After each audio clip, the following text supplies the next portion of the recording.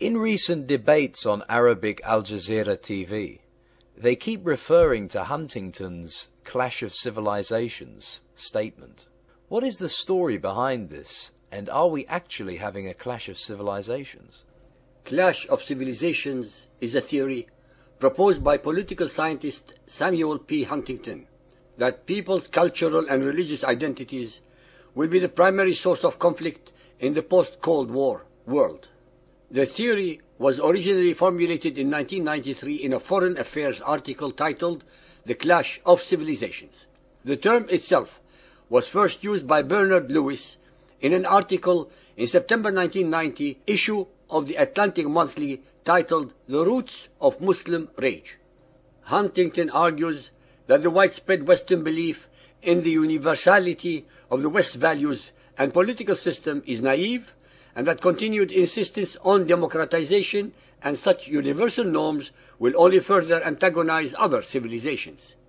He identifies a major shift of economic, military, and political power from the West to the other civilizations of the world, most significantly to what he identifies as the two challenger civilizations, scenic, Chinese, and Islam.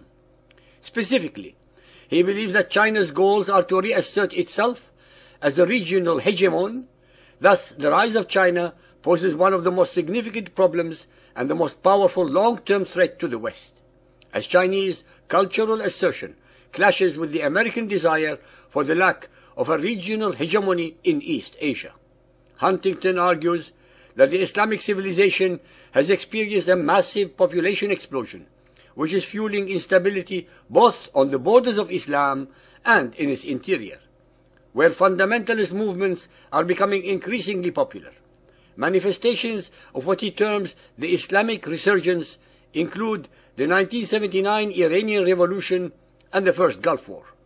Perhaps the most controversial statement Huntington made in the Foreign Affairs article was that Islam has bloody borders. He also argues that civilizational conflicts are particularly prevalent between Muslims and non-Muslims, identifying the bloody borders between Islamic and non-Islamic civilizations. Ladies and gentlemen, on several occasions, I had pointed out how vitally important words are. Huntington uses words that sound very powerful and significant, but are in fact not the correct ones as used in the context of his theory. Please remember that Clash of Civilizations is only a theory and is not a fact. Let us now explore his theory and the words he is using. Civilizations are not based on theology or religion, although they may be an important component of it. Can we speak of a Jovian civilization, for example? Maybe a Confucian or Buddhist civilizations. What about a Christian civilization? If so, which one? Coptic? Catholic? Greek Orthodox? Maybe Protestant. How about a pagan civilization? Will that be Astartean, Zeusian, Dionysian?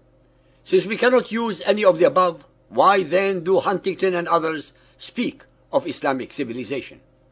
We have demonstrated that there never was such a civilization. There were, on the other hand, civilizations under the sword of Muhammadan Islam. Let us, for argument's sake, assume there is such an Islamic civilization. Then, where is it based? What are its borders? What is its language? Its capital? Its culture? Its people? Is it Iraqi? Maybe Afghani or even Somali? How about Kurdish? One cannot name a civilization based on religious beliefs, especially since most peoples throughout history changed their beliefs. Islamic civilization is an oxymoron, because no freedom exists under fundamentalist Muhammadan Islam, thus eliminating the possibility of its followers ever evolving intellectually, spiritually, or artistically. The modern Muhammadan Muslim states that exist today prove our points perfectly. We hear a sickening number of times about so-called Islamic rage. What does this imbecile mantra mean? Why not Christian rage or pagan rage? What about Hindu or Buddhist rage? Why should only so-called Muslims have rage? What is this Islamic rage about? Who is attacking the Muslims when we see on television and read in the news on a daily basis that it is the followers of Muhammad who are attacking almost everybody else across the globe, such as the Twin Towers in America, the subways of London, the trains of Madrid, the civilians of Kashmir, Thailand, Philippines, Kenya, Somalia, Turkey, Argentina, Holland, Iraq, Afghanistan, and Morocco, just to name a few among 100 more.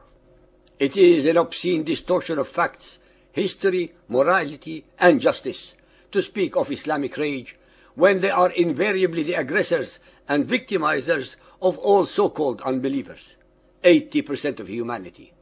It is us who should be in rage. We are, after all, the victims of their aggression, starting with Muhammad 1400 years ago. China is and will continue to be a superpower in this 21st century, and the whole world should take note. Here we can speak of a civilization.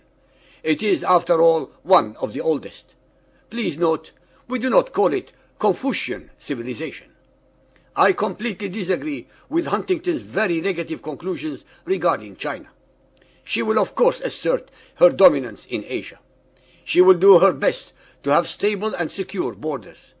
Her leaders have shown a remarkable ability to adapt to the changing circumstances of China socially, economically, and militarily. Their leaders are very practical people who are allowing for a rising and prosperous middle and entrepreneurial class to exist, but under strict control. Huntington is wrong again to believe that China and Islam can coexist, especially since Mohammedan Islam looks at the Chinese as kuffar. Of course, for the sake of expediency, they will cooperate at certain points, but the objective of Mohammedan Islam is crystal clear, not only for the Chinese people, but for all of humanity, and that is to convert them, to subjugate them, or to slaughter them.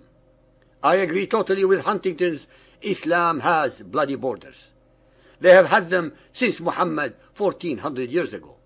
They will continue to have them for as long as they believe in Muhammad's Quran.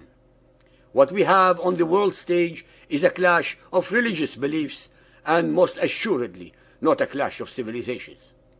It is a clash between Muhammadan Islam and everybody else on planet Earth who does not believe as they do. A clash that Muhammad unilaterally declared in his Quran against all so-called unbelievers, be they Arab or not. A clash that continues unabated 14 centuries later by the modern jihadi followers of Muhammad in the name of Allah and his messenger Muhammad.